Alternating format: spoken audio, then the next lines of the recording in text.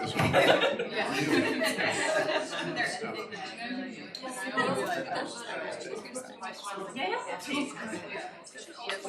good afternoon, everyone. Thank you for joining us for today's Sangwell. And it's a real pleasure to introduce and welcome back Liat Levita, our speaker for today.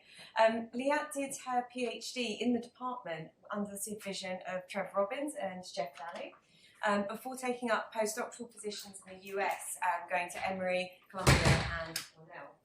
She came back to the UK to take up faculty positions, first of all at the University of York and then the University of Sheffield, and she's now at the University of Sussex, where she is leading a lab looking at developmental affective neuroscience. Her research interests are really at the intersection of development, normative and non-normative development, stress, early life and later stress, and resilience and susceptibility to mental health conditions. Today she'll be talking on threat learning, extinction and cortical plasticity. So please join me in extending a warm welcome back to Liat.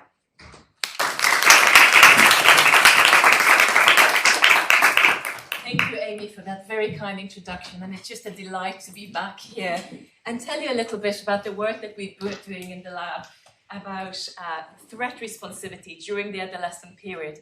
And just so we're all on the same page when we talk about adolescence, please remember that adolescence is a very prolonged period in development, from puberty up until the mid-20s.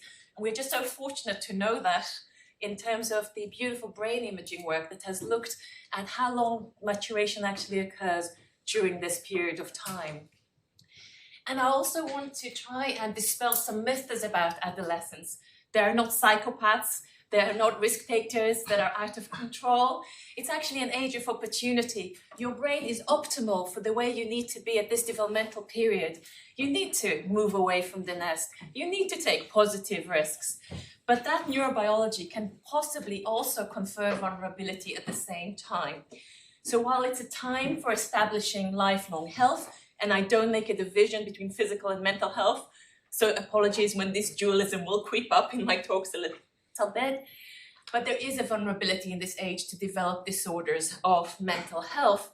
And it's also a window of vulnerability for risk-taking behavior, especially in the presence of peers.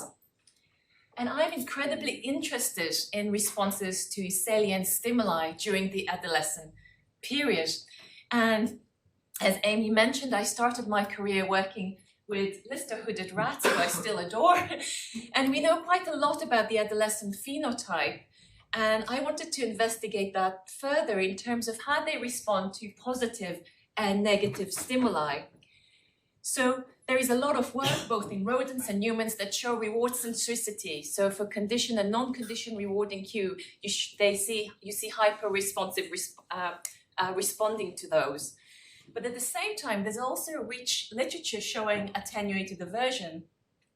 And people tend to fixate on this as kind of portraying the adolescent phenotype. They are as vulnerable as they are because of this kind of feature. But it doesn't sit very well with other really influential studies and labs that show that adolescents are also threat-centric. They show hyperpotentiated responses to aversive stimuli. So that dissociation or conflict between those two models is something that we study in the lab, because we do know, for example, that they do show attenuated aversion for certain drugs of abuse, for example, like alcohol. It's not as aversive or as toxic to them as it is to us. The same with ecstasy, etc.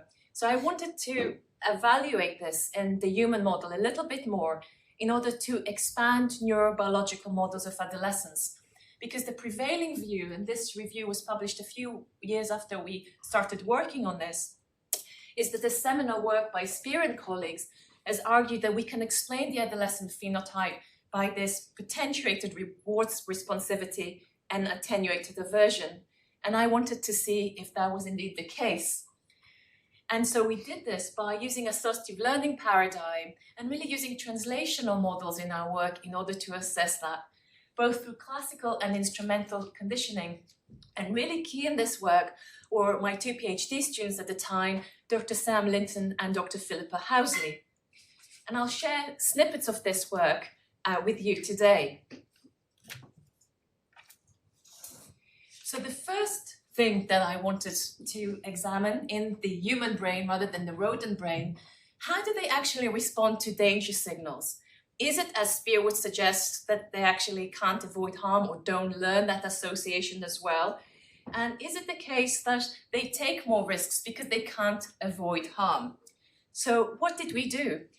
We looked at avoidance behavior, and just as a reminder to all of you, avoidance is a key component in the ethology and maintenance of anxiety disorders, which is a main interest in the lab because we know adolescents experience heightened level of anxiety and are very vulnerable to develop disorders of anxiety as well.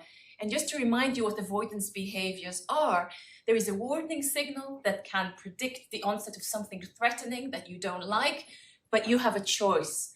And you can avoid it in two very different ways. You can avoid making a response, don't touch the hot stove, whatever you do, that's passive avoidance, omitting an action, or actually making an action to avoid a bad circumstances. Scams, whatever you do, don't press that link. There are no millions anywhere, okay, I promise you that.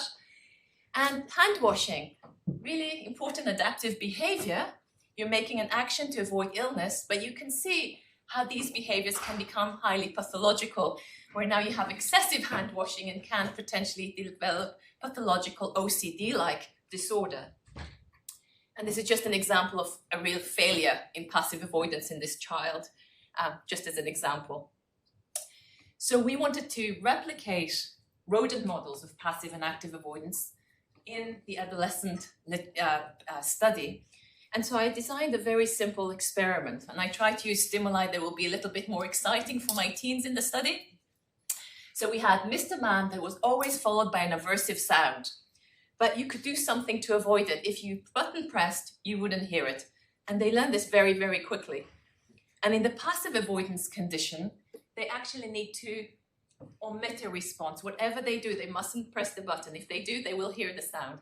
I'm not going to play you the sound. I want you to like me. It is really horrible, so you're not going to get to hear it today. And I also had two control stimuli. So whenever you do any brain imaging study, you need a contrast condition to look at differences between your experimental and control conditioning, changing only one variable. And in this study, participants were wearing EEG caps. I was really interested in looking at the neuronal activity as they were performing this particular task. So there was a control go, button press when you see Mr. Green, don't button press when you see Mr. Red in this particular experiment. So just that we're all on the same page in terms of methodology, because I know we have a diverse audience. What are we looking at with EEG? We're looking at really, really tiny voltage deflection in your scalp, on your scalp, that are generated by these beautiful pyramidal neurons all over the cortical mantle. And we can capture really precise temporal, if not spatial information that is incredible. And you can see the voltage deflections on the x-axis at different sensor locations on the brain. And the way that we've analyzed it is look at event-related potential. So this is a made-up examples. So if you look at the EEG traces in the 5 sensors that I'm showing you, you can see in 2 of them, there is a greater response to the happy face than the neutral face. Obviously, I'm making this up. But remember, with this technique, I'm not looking at trial by trial learning. For event-related potential, which is quite a noisy technique, we average. So we would get an average voltage deflection for 50 happy faces and average voltage deflections for 50 neutral faces and look at the differences. So again, just wanted to kind of everybody to be with me on this journey in terms of the dependent variable that we are measuring in our experiments. And I was really interested in actually looking at visual event-related potentials. And you might be thinking, Liat, what on earth? Why are you interested in visual cortex? Don't you know that the teen brain is all about the prefrontal cortex? I do, but I don't. It is not.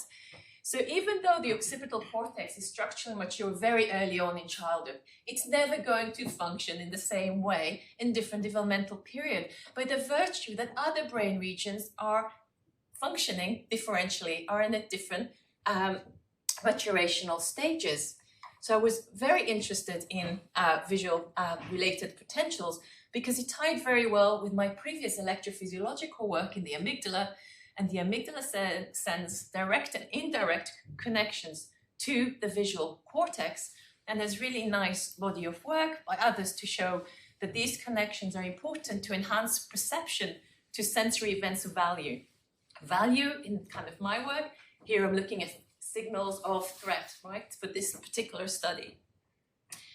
And again, very early papers that have looked at this have shown that learning-dependent potentiation of visual components about negative outcomes very much depend on that neural circuitry, the direct and indirect connections between different parts of the brain, both the amygdala, but also frontal and visual areas of the brain.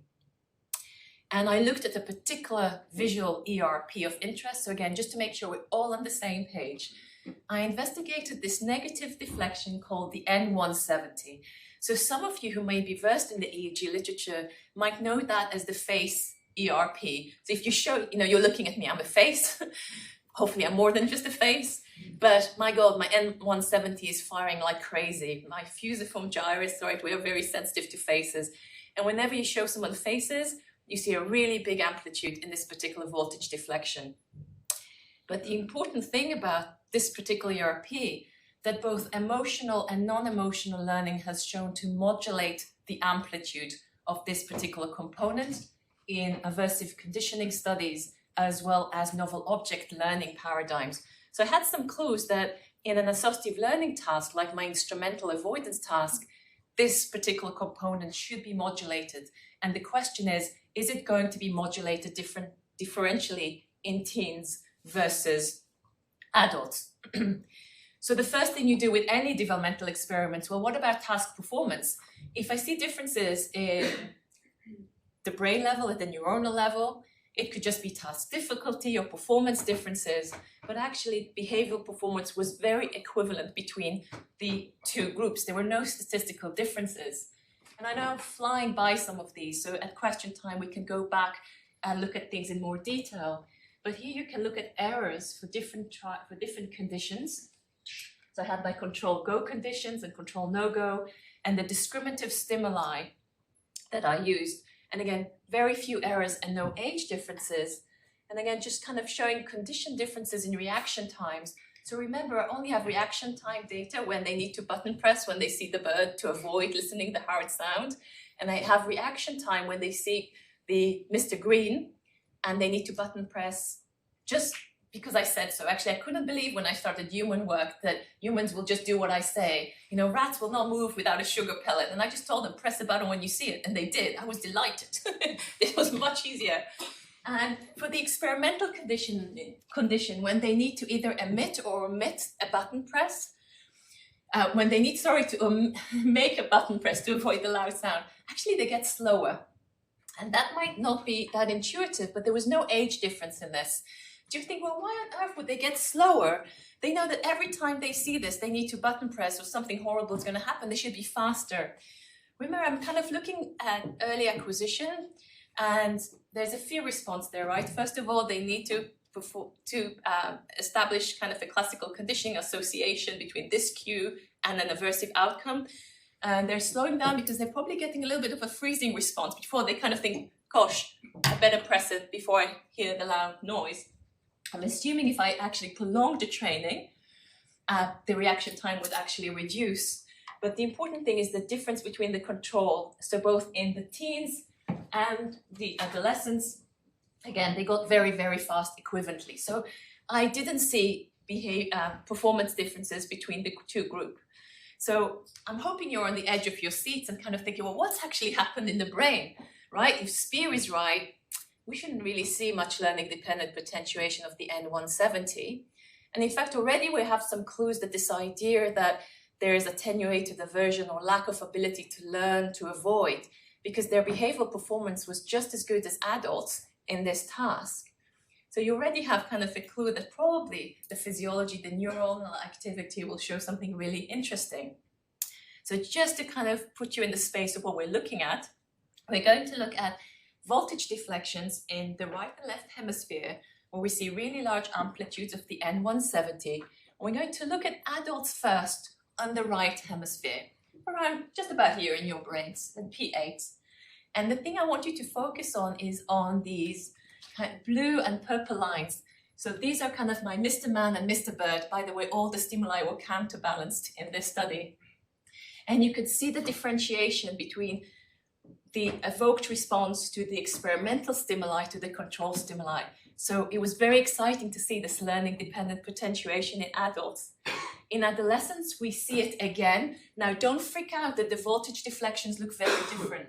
In fact, when you do ERP research, what you see that in general, the younger you are, the larger the amplitude of your ERPs overall. Just remember when you look at voltage activity over the scalp, it's also dependent on volume conduction. So there's differences in gray and white matter and scale differences through development. And this is why we need the contrast conditions. So the important thing is the difference between the blue and the purple and the control stimuli. And while I'm not showing the bar graphs, actually the potentiation was greater in the teens than it was in the adults. And it was very lateralized. You might think there was something on the left in the teens, but this was not statistically different. So we saw a right lateralized learning-dependent potentiation of the N170 that was greater in teens than it was in adults. And that was very consistent with a body of literature that shows greater emotional responsivity in adolescents compared to adults. And what was really gratifying to me is that we can't phenotype adolescents solely by their immature or still developing prefrontal cortex, and we need to pay attention to the rest of the brain. You might ask me, well, it would be nice to be able to develop a paradigm where you could look at both reward and approach behavior and avoidance at the same time. And we did do an experiment to look at this. And it got very, very complicated, but I think you'll find the results really intriguing and interesting in terms of trying to understand the adolescent brain and their responses to saliently learned stimuli in response to negative and positive stimuli. So we ran individuals in this task that, again, recording EEG while they were doing the task, young 9 to 12-year-olds, 13 to 17-year-olds, and 18 to 23-year-olds, kind of the entire range of the adolescent period. And we had a reward block and an avoidance block. And the objective was to win points at the reward block and avoid losing points in the avoidance block. And so one of my favorite characters, I do love these little creatures, signaled that they needed to make a button press in order to get some points. And there was another one that they learned the association, actually avoid making a response. If you make a response, you won't get anything. So they wouldn't lose anything, but they wouldn't get anything either. And after they got all these points at the avoidance block, they had characters where they learned, well, okay, avoid button pressing, because if you button press, you're going to lose some points that you've earned. Or actually, sorry, I flipped it, or actually make an action to avoid losing it. And again, I thought it was a very hard paradigm. I didn't think my 9 to 12-year-olds would do very well at this, but actually behavioral performance was about 85% for all participants. There was actually, while the younger ones struggled a little bit, it was actually kind of the struggle was much smaller than I expected. And in fact, overall as a group, they made more errors for the control stimuli, which I'm not showing you here because it's a very complex paradigm, than they did to the experimental stimuli and this paradigm overall. So again, I was really interested in what's happening in occipital brain regions in these visual ERPs, but I also extended it into looking at another type of event-related potential called the late positive potential.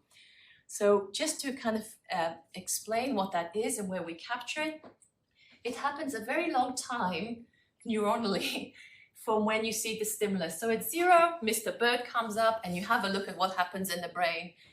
And there is this kind of voltage deflection that kind of is very prolonged and shows differences and is greater in amplitude to emotional stimuli than non-emotional stimuli.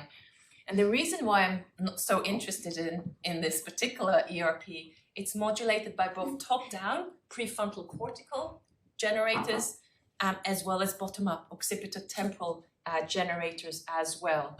So what did we see?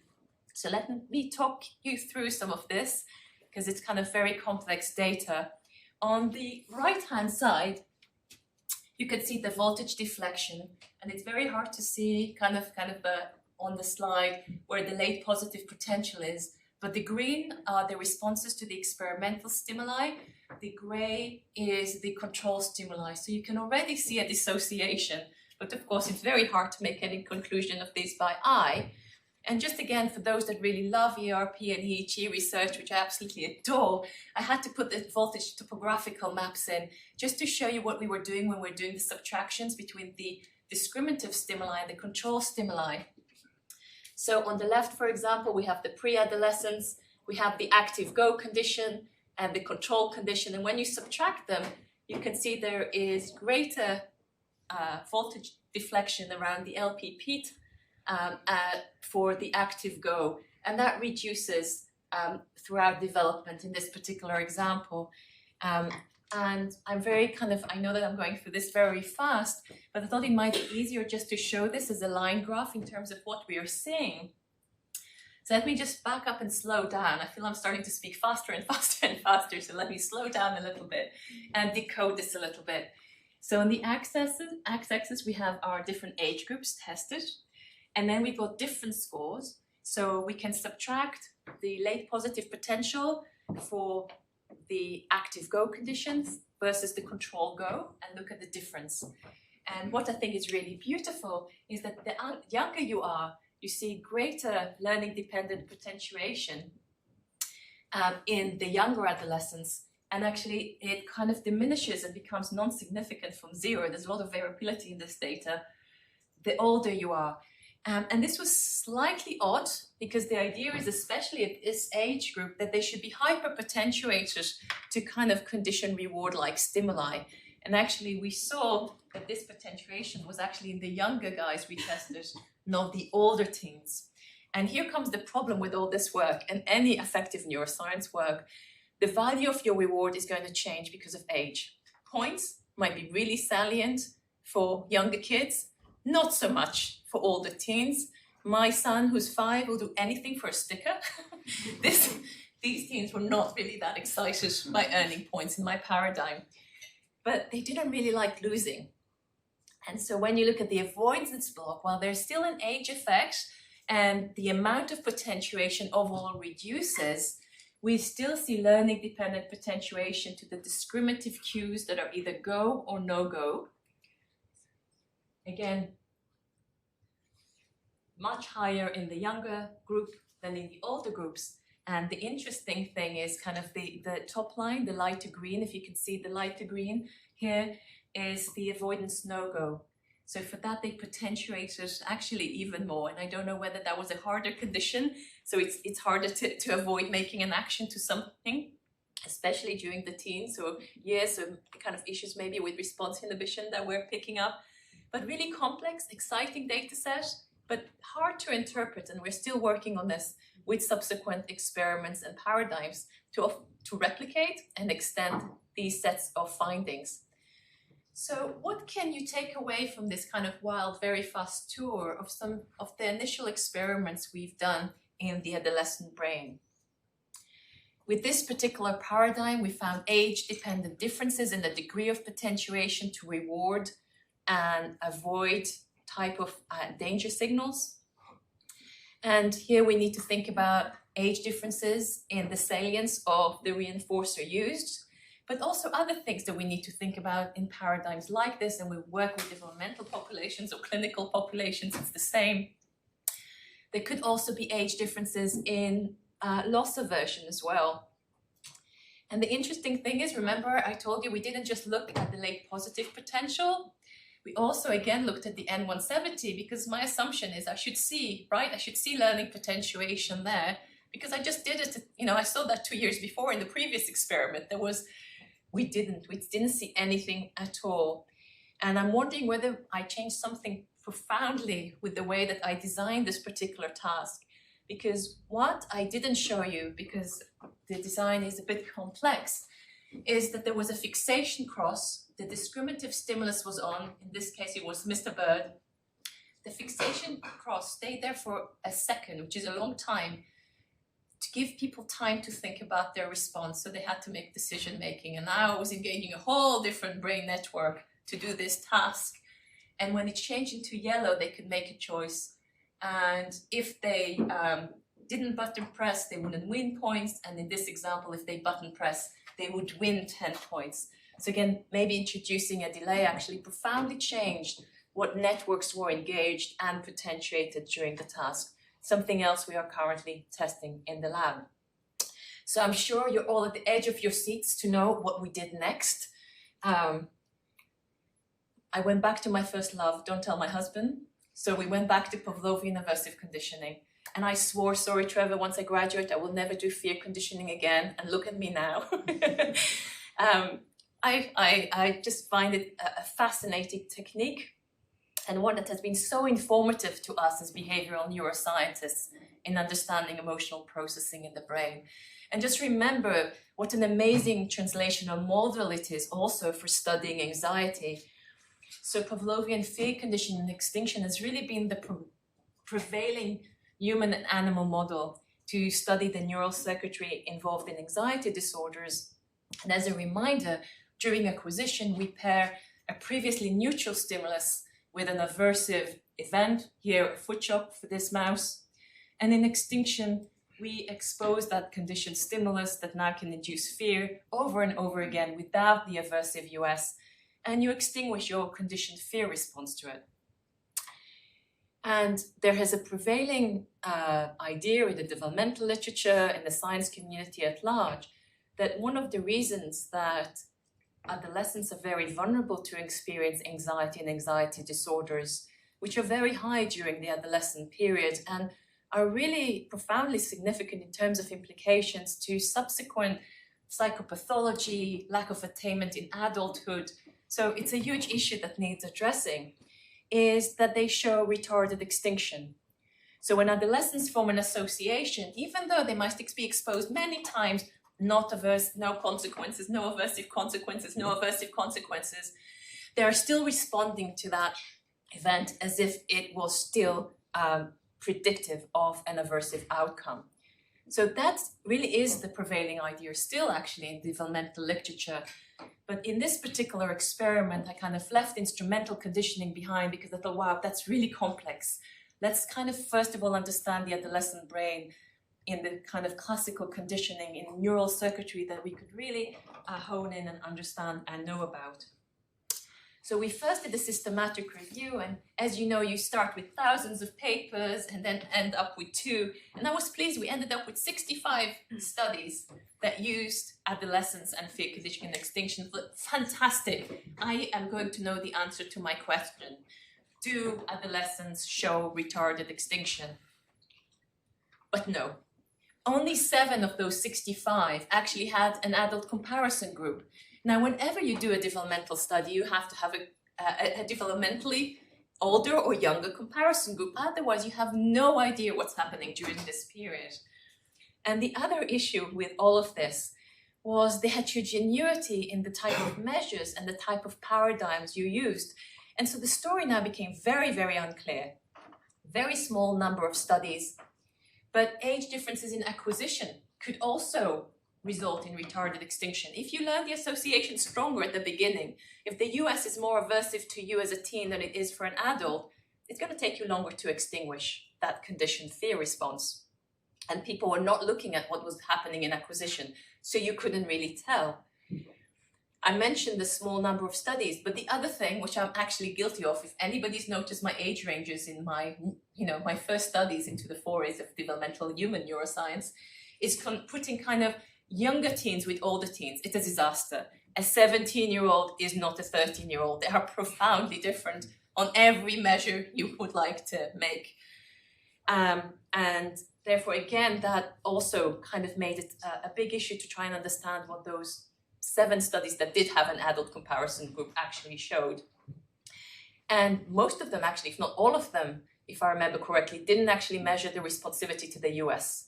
So this is really key. If they are showing greater or lesser responses, it's going to affect the association. And many different types of paradigms were used. So many of them kind of associate a neutral face with a female scream. I feel someone like me who does rodent work, wow, the degree of complexity in that. Faces are such complex stimuli, and people evaluate neutral faces differently. And then the gender and ethnicity, I thought, this is too complicated. No wonder we don't know what's going on. So the story also changed depending on the type of measure. Did they use implicit measures like skin conductance response or self-report about contingencies? Again, very different answers depending on the type of measure. So then I designed a study together with my PhD student, Sam Linton, and said, okay, well, let's do everything. We'll take implicit measures, skin conductance response and EEG. Let's take explicit measures, self-report surveillance. How do you feel about these conditioned stimuli before they've been associated with something really horrible? Contingency awareness. Are you aware of the contingencies between the different type of stimuli that you see? And I just want to preempt you and say that we used a differential Pavlovian conditioning paradigm. So we had two stimuli, a CS that 50% of the time was paired with an aversive US, that horrible sound. I still won't get you to listen to it because I still want you to like me. And then a CS minus that is never paired by any negative consequences. So I just want to show you what that kind of looked like in real time. Just to make sure that they kept attending to the screen all the time, there was a red dot that was on the screen constantly and two different geometrical shapes that we counterbalanced throughout the experiment. And the CS plus 50% of the time was followed by the aversive auditory cue, and the CS minus never was. And just to kind of show you the structure of the paradigm as well, remember I'm working with teens. I wanted to make it easy, so I broke things into blocks, but that was really useful because I could look at explicit measures over time. So before they started the study, I said, well, how pleasant do you find these geometrical shapes? And at the end of acquisition, I would ask again, well, how do you feel about them now? And after each block, I would ask them, well, are you aware of the contingency? And again, I try to be careful in how I ask that question because that also really, really affects learning and prompts people to learn things in different ways as well, which can be a problem. The important thing is we had successful fear conditioning and extinction in both our teens and adults, which was not that different, but there were some age differences that are very important. So I won't show all the data. I'm just kind of showing you snippets to whet your appetites about this research. So with skin conductance response, we saw similar differences in the response in higher skin conductance responses to the CS plus than the CS minus.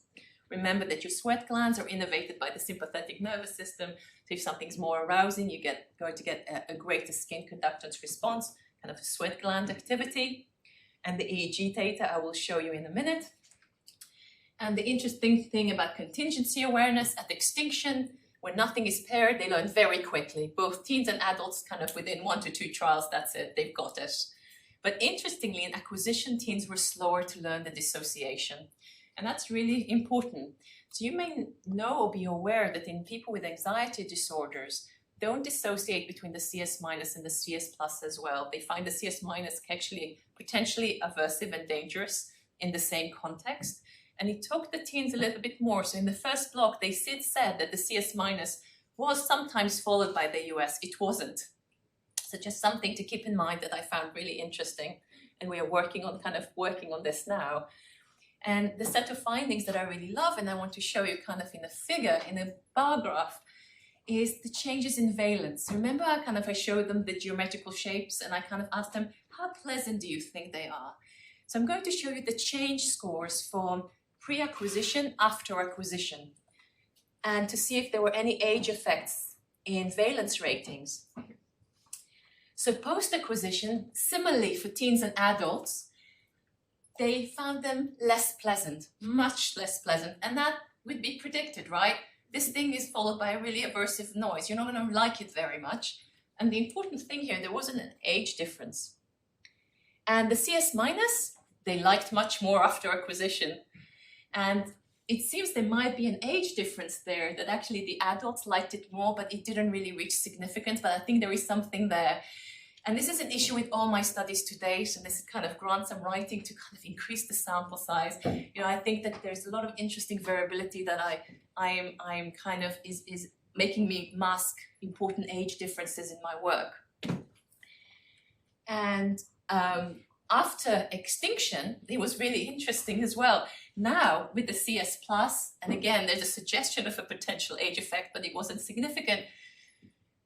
they don't now just like it as they liked it before. Now the CS Plus was like, oh, it is much more pleasant. Now it's not paired anymore. Actually, my feelings of pleasantness are much more about this. But the CS minus, it's kind of sort of returned to where it was before. So that was kind of a nice confirmation that my conditioning paradigm worked. And remember my criticisms of previous work, they're not looking at responses to the US. Remember, I've got the EEG cap on. I can look at auditory responses to a loud tone. So are there perceptual differences to the auditory stimulus that I am presenting? None. And that's really important. So at the perceptual level, when we look at the auditory N1, again, an auditory ERP, there are no age differences. So perceptually, they're perceiving it the same, which is good, because I also didn't test anybody's hearing, which is also could be a confound, right? And the self-report, so far I was feeling good. Also no age effects. They also rated it as really highly unpleasant. And then I looked at the skin conductance response, and this actually showed me that there were age effects, that they did think, the US didn't think, because this is not a conscious response, that the skin conductance response to the US was larger in teens than it was in adults. And again, of course, this changes everything, because now the strength of the US is probably showing age differences. So how they learn or form the association might have different strengths between my two age groups. So what about the brain? Kind of what's happening here? Kind of this is my prime interest and kind of the big research questions. So again, I looked at early visual percepts. This time I looked at a very early visual ERP called the P1. It's generated by the extrastriate cortex. It's seen over the occipital cortex, and it's also modulated by attention. And the N1, that is much more complex ERP generated by occipitotemporal brain regions. And we found that, yes, we saw learning-dependent potentiation in teens in both these components during acquisition. The interesting thing is, for the P1 at extinction, we saw an extinguished potentiation. It went back. But with the N1, it was incredibly interesting, because actually that increase in response of the N1 in this particular voltage deflection example, as you can see, so remember they see the CS plus or the CS minus at 0, and you're looking at voltage deflections over time. There's a learning dependent potentiation, greater responses to the CS plus than the CS minus in this particular visual ERP of the N1. And at extinction, even though within 1 or 2 trials they tell you explicitly, they know that the CS plus is no longer paired with the US, their perceptual system is still responding to it at a higher amplitude, at a hyper-potentiated level. What blew me apart that I wasn't expecting, the adults in this sample didn't show any learning-dependent potentiation in P1 or N1 at all. And the work that we're doing now actually shows they're using other brain networks to actually probably form these associations that are more frontally mediated. But sadly, I don't have time to present that data to you today. And so potentially maybe it is right, this prevailing notion that at some level there is retarded extinction in the adolescent brain, that even though explicitly somebody tells you, well, yeah, nothing's happening, physiologically and at the neuronal level, the brain is still reacting to it as if it is predictive of harm. Now, and I think this is very adaptive. I don't think this does not necessarily need to be a pathology or a symptom for vulnerability. Teens actually need this. They go out into the environment, right? This is evolutionarily protective, right? This could save your life. So you're out there in the savannah, moving away from your nest, and there are all these danger things, and you're still reacting to things as if they're dangerous, but they might not be, and it gives you that competitive edge to protect you. This is kind of one of the conclusions I made in the paper. It was a bit far-fetched, but we're doing a lot of work now on adaptive anxiety, actually. Anxiety in itself is not pathological. It's the level of anxiety that's the problem. So kind of this is ongoing work in my lab right now.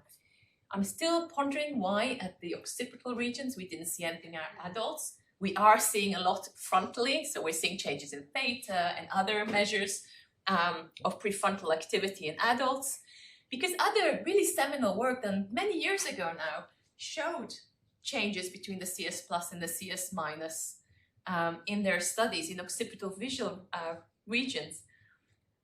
But there were differences in the type of stimuli they used. They all used very social stimuli rather than non-social stimuli. But the big one for me is that they used teenagers, undergraduates, not true adults. So maybe these differences actually reflect what the teenage brain is doing with these stimuli. But if they actually tested people that were 25 plus, they wouldn't have seen this dissociation. And so I feel kind of that might be the most parsimonious explanation. And again, I can't get away from the greater responsivity seen at the physiological level to our US as well, which we are also investigating further in current studies in the lab. So what can you take home from kind of this kind of journey? And we've been on today with avoidance behaviors and fear conditioning. Well, we can see that there are developmental differences in these processes during the adolescent period. And especially for fear learning and extinction, we can now see that there are parallel processes or networks that probably mature at different rates, which explain why we're seeing such differences between our adults and adolescents. And future work needs to track these, and that's exactly what we're doing now in the lab. And I'm going to leave neuroscience behind a little bit, even though it really is a true love. But remember, I'm really interested in about how adolescence responds to threat. And of course, there was a global threat. And immediately, the clinical community, the media, kind of said, that's it, it's doom and gloom for young people everywhere. This is a disaster. And the question is, was it a disaster? Could it be a disaster? My own work showed that they show hyperpotentiated responses to threat. So this could potentially be incredibly damaging. But is it? So I was very lucky very early on in the pandemic to be a part of a consortium led by Professor Richard Benthall with collaborators in Manchester, UCL, and Liverpool and Ulster. And they did a very large longitudinal study. We've done a very large longitudinal study with adults in the UK. We kind of reached wave 8 or 9 a few months ago. But I also did a separate study just following young people aged 13 to 24, 1 month into the national lockdown. And I wasn't just interested in symptomology or psychopathology, but also well-being. And it will become clear why I was interested in this as I kind of present some new work that we've now submitted for publication. But just to give you a little bit of break from EEG and ERPs, kind of thinking about real-world behavior and how threat can affect people, and also breaking some stereotypes about the impact of this on young people. I asked them about how much are you enjoying being at home or being with your family? Is it more than before, less than before, about the same? And what was striking is the heterogeneity and the large percentage that actually really liked being with their family, which I didn't expect from teens. I thought they were saying we hate it. And it sort of made sense because other work from the same cohort showed that if your parent was a key worker and wasn't in the home, those kids were not doing so well. So they actually liked having parents at home that had a protective functional value. So there were a significant percentage of people that didn't enjoy it at all or even enjoyed it less than before, and those are significant numbers from those percentages. But look at the number of people where nothing actually changed. This was 1 month into the national lockdown. This is before COVID vaccines. This is the period where we didn't know what on earth was going on. And now we see the government definitely didn't know what was going on. And some people actually enjoyed it even more. So we're looking at a very heterogeneous response. So it was very irresponsible at the time and even now to kind of lump all young people as victims, because you create a self-fulfilling prophecy. You're all doomed as a consequence. And this is not really the story that's emerging. And I think that fear stemmed from data like this that we found in my own cohort 1 month into the into the lockdown. So there was COVID-19 related trauma. And so like PTSD-like symptoms. And it kind of freaked me out when I first looked at this. Look at these percentages. So I just categorize them in this fashion just so it's easier to look at rather than a continuous variable. 60 to 50% would be like clinically PTSD according to a cutoff. Absolutely not, by the way, right? I feel, and other data from this survey actually shows, well, this is actually very normal. Of course, they're going to be thinking about COVID-19. That's what's happening right now. It's not necessarily pathological for 40 and 60%. Let's find out the percentage where it is becoming a clinical disorder. And so it's dangerous to look at figures like this and make assumptions about whether it's adaptive or maladaptive responses for all. Because you do step back when you see the percentages of young people with probable anxiety and depression during the first lockdown. Again, the numbers are astounding. Actually, our older teens kind of show up to 50% probable anxiety and depression. But again, what our data is showing, and for some of these, and actually probably the majority, what we're looking at is normal responses during threat and challenge. There's nothing clinically pathological about this, and there's not enough really in kind of the academic discourse or societal discourse. But negative emotions are okay. They evolved to save us from harm. And we have very nice data to show actually that high levels of anxiety that were functional were really good. You follow the guidelines more, which at the time of such global threat is a very good thing to be doing. It's a very adaptive thing to be doing and behaving at the time. And while we had this what might initially seem like fearful numbers, when you look at well-being, so we used the Warwick well-being scale, and I just took 2 items to just show you the frequency of people in the population that kind of said that they were feeling optimistic or dealing with the problems well 1 month into the national lockdown, rarely or most of the time. You do have a significant proportion that are not doing that great. You have even a greater proportion that some of the time or often or even all of the time are feeling quite optimistic about the future and are dealing with the current problems really well. And I think that's a really positive message. So 60 to 70% are feeling optimistic about the future and dealing with the problems well.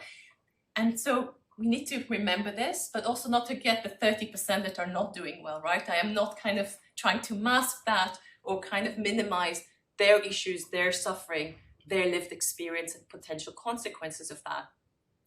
So using this data, I kind of wanted to use an empirical way to actually try and model adolescent mental health during the COVID-19 pandemic. And you might be a bit primed with this, because remember, I've now showed you symptomology, anxiety, depression, trauma, but also well-being. So in this study, what we've done is to try and kind of address these kinds of media reports of kind of doom and gloom, mental health crisis. This was kind of 2 months after the first national lockdown type of headlines. I don't think very helpful media representation of what was going on. By embracing a dual continuum approach to mental health, which I think we are all probably taking, but often some people don't, which you see mental health as a construct that has well-being and symptomology there. So you can be very high on symptomology, but actually show very good functional well-being. So you wouldn't necessarily be classified as someone with a potentially clinical disorder. And I feel that that allows us to get better insight into adolescent responses to adversity by expanding beyond the narrow focus on psychopathology. So I had a postdoc, Dr. Sarah Butler, who did this phenomenal work and using latent profile analysis to try and get different classes of people to see where they were on different matrices of symptomology and well-being, and seeing, did we really get 80% of people showing really high symptomology and really low functionality and well-being during COVID? And just kind of to prime you, no, we didn't. What we did find is that almost 40%, so a sizable proportion, had moderate symptoms of anxiety and depression and moderate well-being. So they were okay, but not, okay, if you know what I mean. But then you did have quite a sizable percentage that were very okay. They had very low levels of anxiety, depression, very high functional well-being. And together with this group that also had some symptoms, but very high functional well-being, you had kind of 70% of the sample doing incredibly well for the first lockdown. The sad thing is I couldn't do a longitudinal study with this cohort, so I couldn't see how people might have shifted between these classes. But this was the interesting one, at least in my cohort, and I know there could be biases in terms of how it was sampled. I used Qualtrics platform to do this, and they got the participants. I actually got a very small percentage of people with really, really severe need, really high symptom burden, and really low functionality. A group that really we should have paid a lot of attention to, and maybe less attention to the 70% that were okay. because it took resources from people that really needed it and were at high risk of self-harm and suicide, which did happen and did increase for some groups in the COVID-19. So in general, to summarize our work, both in our adolescent data, in a paper published with the adult data set, we didn't really find, I'm trying to avoid saying this word, I find it so hard to say tutsmani, is that right? I can never say it properly, I'm sorry, I work on this, I should know how to articulate this word. And that was published in 2021, so right during the pandemic period. And it's been really supported by a recent systematic analysis and meta-analysis of over 130 studies. It's an ongoing systematic review. It's really fascinating. So if you click on the link, you can see how studies are being added to it as well. And also the longitudinal nature of these studies are phenomenal as well, which is really interesting. And really kind of finishing off with the grand finale in my journey from rodent work, electrophysiology, dopamine release in the nucleus accumbens, very quantitative work. I took my first foray in something that I was absolutely petrified doing, qualitative research, because there were no numbers. And I wanted to track my cohorts. I wanted to see, well, I couldn't track all of them, but I wanted to see 2 years from the pandemic, how were you doing? Can you reflect on your experiences? Because more and more I am less enamored with self-report. There's always a dissociation between implicit and explicit measures, and self-report measures, they're very difficult. So we tracked 31 people from this original cohort, and we classified them as resilient or not resilient from qualitative things, which was quite challenging for me because I was working really closely with a wonderful postdoc, Dr. Kath Radley, on this. I was going to give me numbers. What are the percentage of themes that these people, and she says there's no percentage in qualitative work. But what was interesting, I could still get numbers out, which was very, very gratifying to me.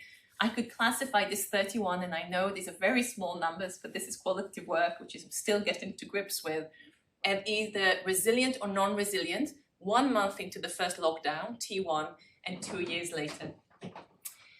And what that allowed us to see is, again, 4 different classes of individuals within this 31 individual cohort that we try to actually up the numbers of people with low SES and intersectionality and so on. We actually saw a sizable number showing enduring resilience. They were resilient in T1 and they were resilient 2 years later. We saw people that were struggling the first lockdown from their own self-reflection in a qualitative way, but actually showed growth and reached resilience. You can't be resilient without adversity, by the way, right? Adversity does not need to be a negative thing. It's actually a wonderful thing for all of us to experience when we are protected and we have support networks to deal with it. But there were small numbers that either were just doing very badly at the start of the pandemic and are still doing very badly now, and ones that are really of concern, but actually they are going down. They showed some resilience, but now their resilience is declining 2 years later. And these might seem small numbers and it's qualitative, so please take all these numbers with a pinch of salt. But remember, there are over 12 million young people in the United Kingdom. So the 20-30% that might have an issue, that's a sizable number in the population that we need to be thinking about and taking care of. And all the work that I do, the neurobiology and the neuroscience and the self-reports and the survey, all are coalescing to try and help me get adolescent-centric mental health intervention that really feed in our knowledge about the neurobiology of the adolescent brain into intervention. So this is kind of the last 2 slides, I promise. Thank you for your attention. There's been a lot of studies and ideas coming through. I collaborated with Represent, a youth advocacy group, and also a radio station in Brixton, on developing on the level a digital delivery of mental health intervention to schools that was funded and started just after the 3rd lockdown. It was co-produced by young people and it was delivered by young people. And our presenters were these amazing individuals that were mentored by Represent and more radio presenters for Represent. And they really kind of were able to create a digital delivery that was highly interactive and engaging. And we have really strong data and our published data to show that the feasibility and acceptability of this was really high. And we were really also fortunate kind of to win an award about this mental health intervention in 21. and it's really gratifying to see how it's grown and being taken up by CCGs in secondary schools in the United Kingdom. So I kind of will end here in terms of acknowledgements. This is obviously had not been possible without amazing people working in my lab and collaboration and funding. Thank you for your attention. I'll be delighted for any questions.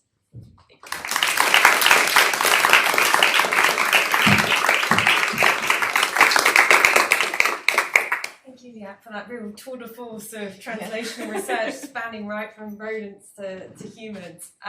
We do normally have a brief pause now for anyone who needs to leave to make their exit. And then after that, we can start questions.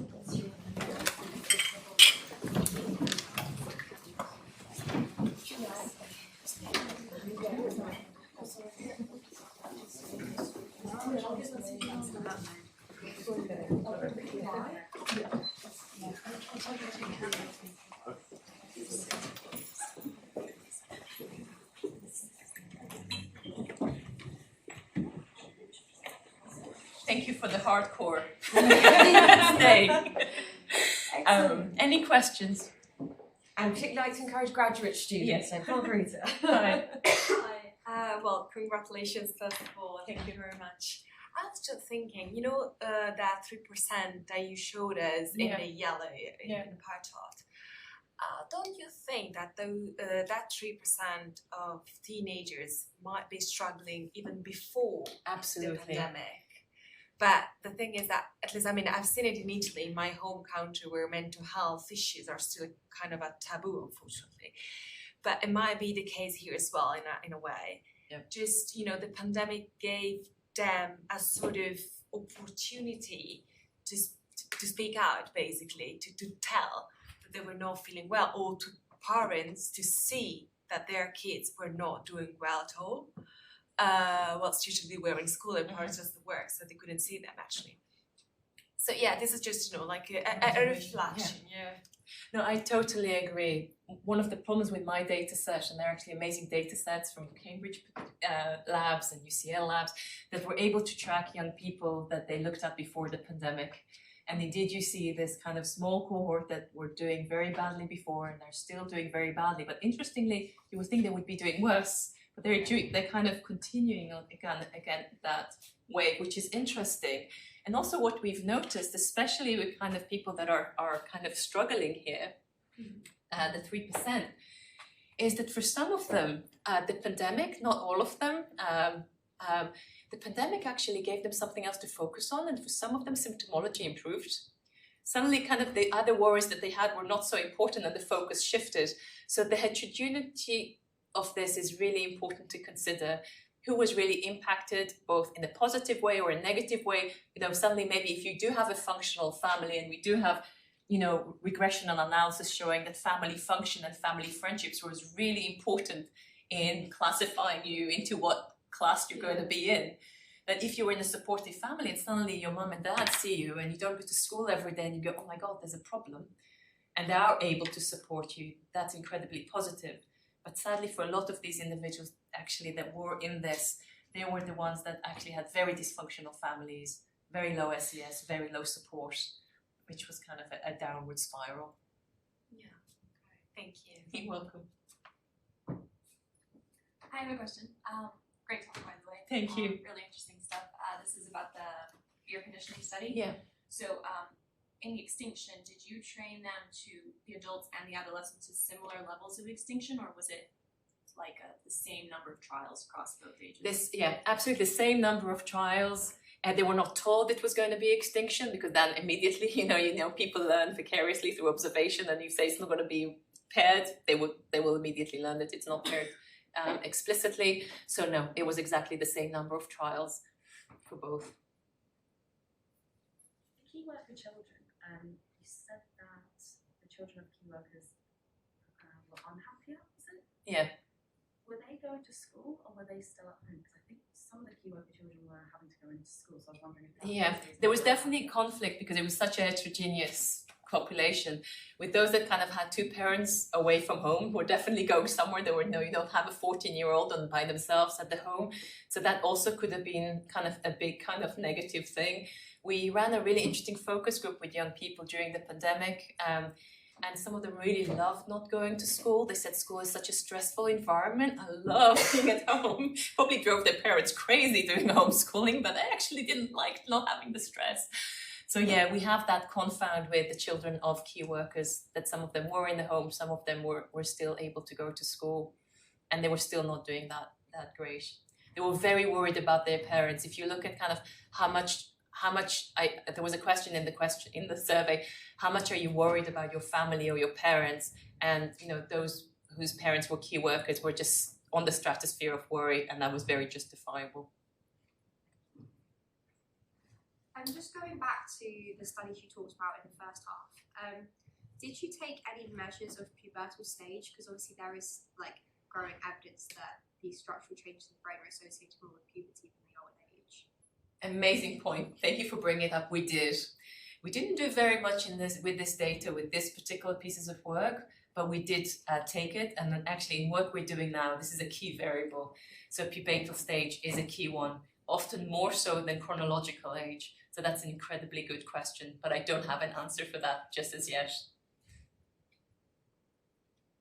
So I have two questions. The first one is related to the avoidance studies. I just wanted to double check. You said it was instructed avoidance, so you told them they could press to avoid the sound, or did they learn it? It was semi-instructed. So we didn't tell them what was the contingency for each type of cue. We told them that you will see this stimuli, and for some of them you'll need to button press to avoid the horrible outcome, and for one of them you need to omit a response, and they learned that themselves. So it was semi-instructed, which again, there's always a difficult decision in these instrumental tasks. How much do you tell the participant? Because of course it hugely changes the brain networks engaged in the learning. Already you've given them a clue that there's a contingency there, so explicit mechanisms are already kind of locked in and have learned something before they've even been exposed to the paradigm, which of course doesn't happen in movement work. And it's a big difference in translational work from that perspective. And my other question was related to the COVID pandemic. I mean, I don't know much about it, but I feel like there's a lot of talk about how it's going to affect long term in terms of social development, and that could also, I guess, affect mental health. So do you have any plans of still tracking this later on? I feel like it could be interesting. Yeah, sadly with this cohort, I can't track them on anymore in terms of ethics. Also, Qualtrics at the time didn't capture some important tracking information to be able to contact them again, which was really heartbreaking when I found out a month after they closed the survey, but these things happen. But we can do this with existing data sets, and this is why I love open science, because we're now trying to replicate, for example, this with data that already exists, so we can look at pre and post as well, to look at longitudinal change. Because of course, the harm, we don't know the potential harm or benefit, right? We often grow due to adversity. If you kind of think about Frankel and psychologists and therapists, sometimes, there's a lot of post-traumatic growth, or growth in general. It doesn't need to be traumatic for you to grow from a challenge. So we don't actually know. What we do know, it's the same group of people are always disadvantaged, and potentially now they're disadvantaged more as a consequence. And yes, that's going to be impacting their life. So people from low socioeconomic groups and certain ethnicities have been really hit hard by this. And that is a real worry, because in terms of future attainment and adult well-being, physical and mental, I know I don't make the dissociation, it doesn't look good. And yes, I think there are a lot of skills. It's very different if you're in a middle-class home with resources during the pandemic versus if you were not, and that has impacted development. I'm sorry, Amy, do you want to? I don't want to pick. Oh, that's right. So this is going back to the sort of go-no-go experiments you did. You said at the beginning that perhaps adolescents take more risk because they can't avoid harm. Would you not see that in the go-no-go data on reduced ability to learn the no-go? Yeah, and I don't see it. And that's what really kind of gave me joy, that I was able to kind of not find evidence for the fact that they're taking risks because they can't avoid harm. In my task, they could, and just as well as adults. The question now we all need to ask ourselves, what happens in a situation where teens find themselves, because this is what I don't have in these paradigms, there's a conflict. between reward and harm. So in this situation, they still kind of, all adolescents know that unsafe sex is a really bad idea. They still do it.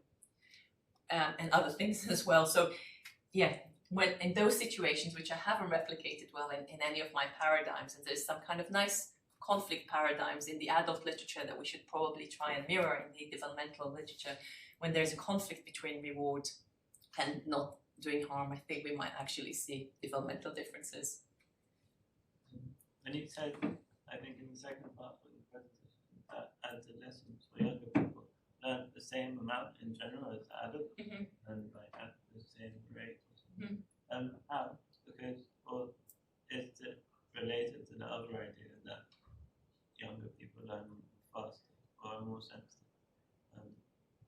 So what from that one, so if you think they show hyperpotentiate responses, should learning be faster or better than adults? Unfortunately, with our EEG data, because we're averaging over many trials, we can't really look at learning trajectories. And with some of our paradigms, especially the complex one, we pre-trained them. So we're only looking at performance during EEG acquisition. So we don't know about learning rate. But yes, I think it's a very good prediction to suggest that in some paradigms, the learning rate, even for things that we think they won't be good at, like avoiding harm, they might be faster than adults. Their brains are better and more evolutionary programmed and adaptive in order to do that, to survive another day. They have to be better because they don't know yet. Sorry? They don't have knowledge yet, so they have to get it first before they can use it. I don't know. Do you mean like... Yeah, but I think they're learning these... So my gut feeling is that they're learning these associations faster and to a greater degree than the adults do. And their brains are primed to do that for survival. Just like infants and young babies learn certain associations super fast in ways that we can't comprehend and can't do in the adult brain. You had a really intriguing observation about the RTs slowing down during your avoidance. You interpreted it as freezing. Yeah, potentially. Yeah. And I'm kind of curious about that because I wonder if you have EMG data. And the reason is because then you can distinguish between freezing versus laziness, because your cue is probably the versus stimuli is probably. Yeah, I don't, and I really, really wish I did. And I think probably this is a really good suggestion for future research to actually be able to look at this and see what's happening. So absolutely, it's a big miss because we don't know. And related to that, because the young adults could be lazy and then... Yeah, that's right. Yeah, developmental research is hard. It's really gratifying. It's exciting. You learn so much about the human brain as a result by looking at comparisons over age. But at the same time, there are just so many confounds. It's almost impossible sometimes to control all. But it's really important to actually think about this, about effort, about what they're actually doing before you can make firm conclusions. Just on that, I actually, on the same point about the reaction time slowing down, I thought that could have been like a habituation response or something, that the more they see or hear the sounds, that they become lazier because they've kind of habituated to it. But then my original question was more related to what you were asking, which is the work on threat avoidance in adolescence, reminding me of Sarah Jane Blakemore's work on like risk aversion. Yeah. And how we kind of think of teenagers as being very like risk prone, but it actually might be that they're avoiding social risk and that's their conceptualization of threat. And so I wondered what your thoughts were on that. And I think this is such a key question, what do teens at different points in development find threatening? And kind of peer social groups is an incredibly threatening cue for the adolescent brain. So definitely there is a developmental change there that we need to work more in our own lab to assess. But I wanted first to kind of look at simpler models of associative learning, just how they form the associations without added layers of complexity, bringing in kind of the social element, which is a really key one. Because this was kind of the point I was talking about, age differences in loss aversion. At different ages, losing points might be more salient to you than at other points. Or if you were doing money, certain people might be the most loss averse if they really don't have a lot of money and they've just lost, even if it's 10p. That may be much more salient to them to someone else. So what's a threat for one person is not necessarily a threat for someone else. And in our research, we need to be really sensitive to that and probably incorporate it much more in our current lab work. Sorry, yeah, there was a question about Going back to your participants, I might have missed this. Where did you recruit your participants? Did you get a range from across a different socioeconomic background? Yeah. Yeah, so I was really lucky for all the lab-based experiments. We had a really diverse cohort. Still small, what is 39 to 12? It's still very small and heterogeneous sample of age. But yes, we recruited from children around Sheffield. I was doing this work while I was at the University of Sheffield, so they were diverse. Even in the online study, we asked Qualtrics to try and stratify in terms of socioeconomic status as well. So yeah, as far as we could, they were diverse. Did you notice any differences between different socioeconomic backgrounds? I tried to look into it, especially in the COVID study, because we had 2,000 participants.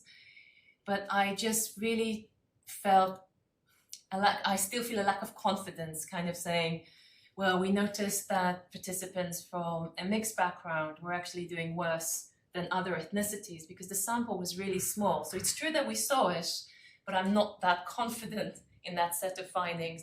And similarly for socioeconomic status, we did see something, but the effect sizes were a bit small and a bit variable. But again, I think even though 2,000 seems big, it's not that big when you start to think about intersectionality and dividing people into different groups. So I can't really say and speak to that as yet. Okay, I think time for 2 more questions and then we'll wrap up. I don't think this affects your conclusions, but I was just curious, with the avoidance task, is your control condition, does it include a sound stimuli, or is it simply just nothing? See, I couldn't believe they did it. I showed them, in one example, Mr. Green and Mr. Red. And I said, okay, when you see that, press. When you see that, don't press. And they did. And I thought, wow, there's how come they don't get anything for doing it and they're doing it? It's great, I love humans. But yeah, no, there was nothing there. So it wasn't, if you're kind of thinking about real control, no, I didn't incorporate that into those control stimuli. There was one last question in the back. Sorry. No. Yes, I would lead in on your question about reward versus harmful behaviors. I was wondering if reward would win out if that rewarding behavior would take you away from a potentially harmful behavior. I'm just thinking out loud. Is that the case? Or? Potentially, yes, because some research suggests that it would.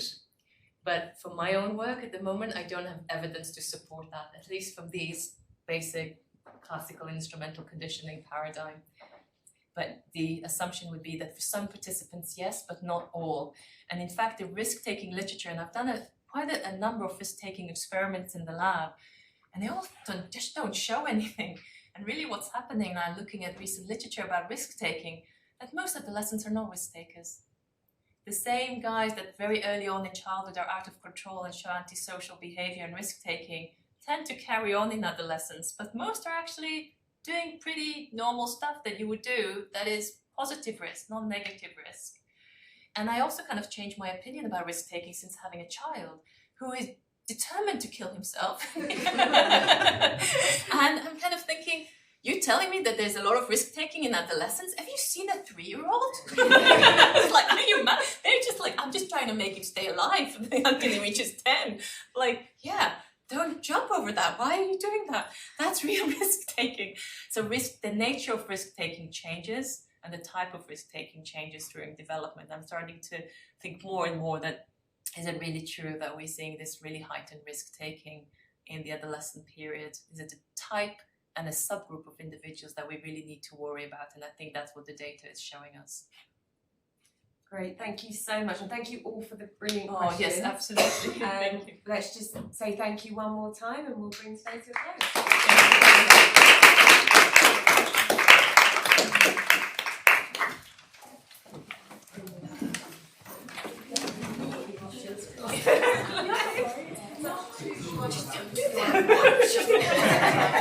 The small child easily being one. How have we lived?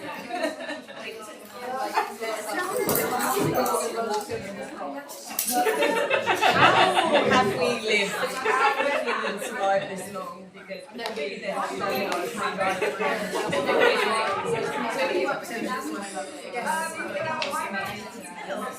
Because